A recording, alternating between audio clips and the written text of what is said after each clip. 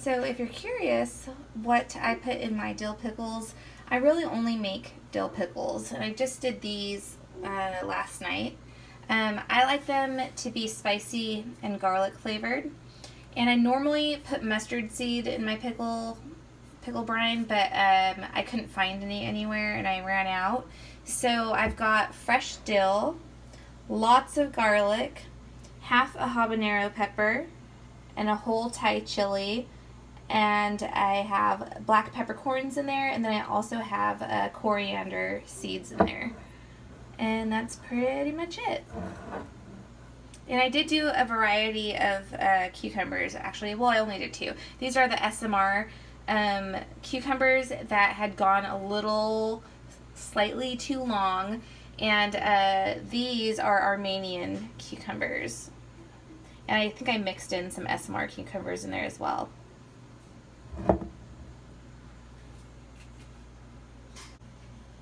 These are some salsas that I canned a while back. This one was a variety of red salsas.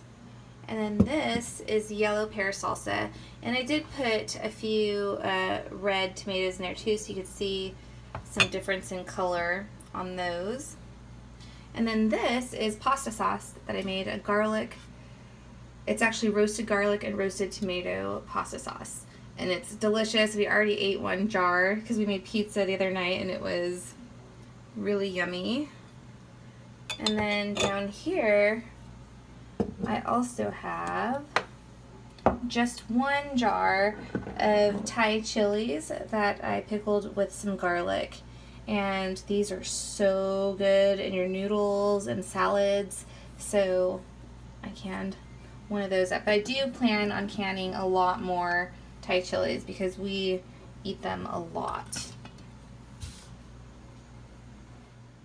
And then up here I have some strawberry preserve, and I have some more down here because I ran out of room up there. So I've been canning quite a bit, and I'm about to can some peaches here soon, so I may do a video on that. I'm definitely going to do a recipe video on the salsa. If you guys would like to see it, let me know in the comments. And if you want to see my pickle recipe in a video, let me know and I will do a video on that too.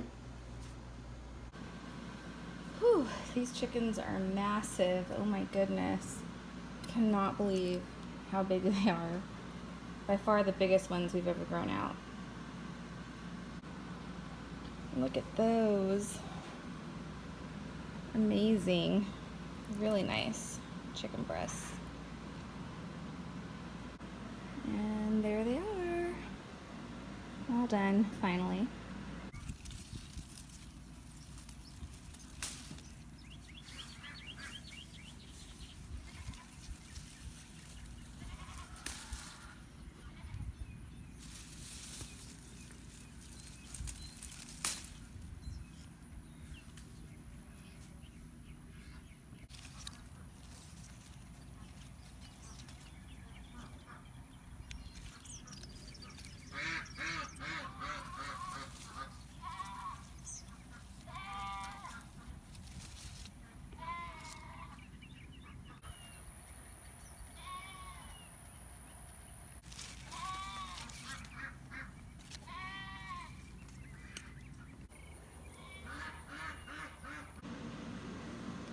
So I did a post on Facebook showing some pizza that I made with my tomatoes sliced and a picture of a sliced tomato, and people were asking if all my tomatoes were that dark red inside or if it was just a specific variety. And then the pictures were actually two different tomatoes, but they looked just the same, as you can see here.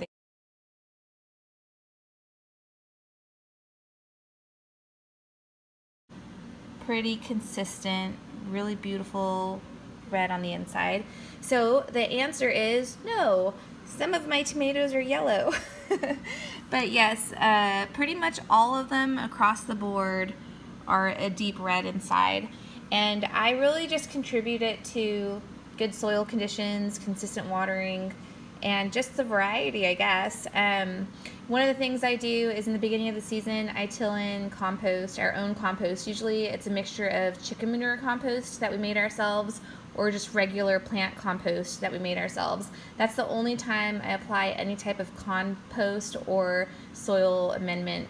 And I really only use compost in my garden, so that's it. And then we water every 2 to 3 days just using drip tape. So nothing special really. That's about it. And these are the tomatoes. Aren't they pretty? This is why we garden, right, you guys? All of our tomatoes look like this when you garden. You're not going to find tomatoes like this in the grocery store. And I think that's why people ask those questions, because they may not grow tomatoes themselves, so they don't know that this is what tomatoes end up looking like when you grow them yourself. Because the ones in the store are terrible. They look nothing like this. They're not tasty. They're really bland in flavor. So anywho, I thought I would show you guys these tomatoes and tell you what variety they were as well. So this one right here is a peach tomato. Not super impressed with this tomato. It's just like a Jubilee tomato to me, but I will grow it again. This one is a black Krim. It's one of my tried and true. Actually, all four of these are a tried and true for me. So black Krim beef steak, and this is ox heart, and then this is a red grape tomato. And I've got about 40 varieties growing in my garden right now. So at the end of the season, I will let you guys know which tomatoes are like my top 5 favorite tomatoes. I already know beefsteak is going to be on the list because it's been on the list every single year in forever, and I already know black Krim is going to be. The ox heart, I think this one might make my list this year, but we'll see. I'm canning a bunch of salsa. I'm using that variety of tomatoes I just showed you guys. And I've got, let's see, oh, why can't I count these? 6, 7, 8 of them, and I have half a jar that's going to go in the fridge. Here's the half of a jar. Really pretty red, even though I've got a lot of yellow tomatoes in here also. And I actually put extra cilantro in this one this time.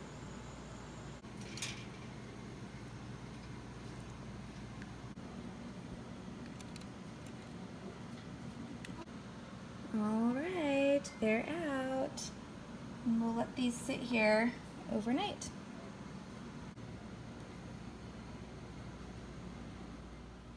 I thought I would show you guys some of the things that I've dehydrated, and you're not going to believe it. So I did mango, cantaloupe. I've also got strawberries. You can tell the kids have already been eating most everything.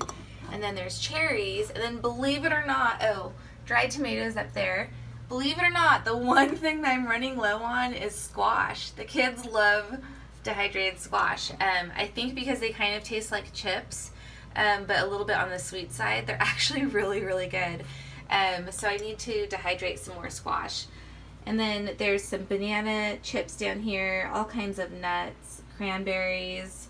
I actually didn't dehydrate the cranberries though, I just bought those. But I keep a lot of dried foods and nuts and things like that because they're just healthier to snack on. But that doesn't mean that I don't have sweet stuff in here too, because I totally do. And I usually have a jar of chocolates, like either Kisses or like the Hershey almond chocolates for my husband.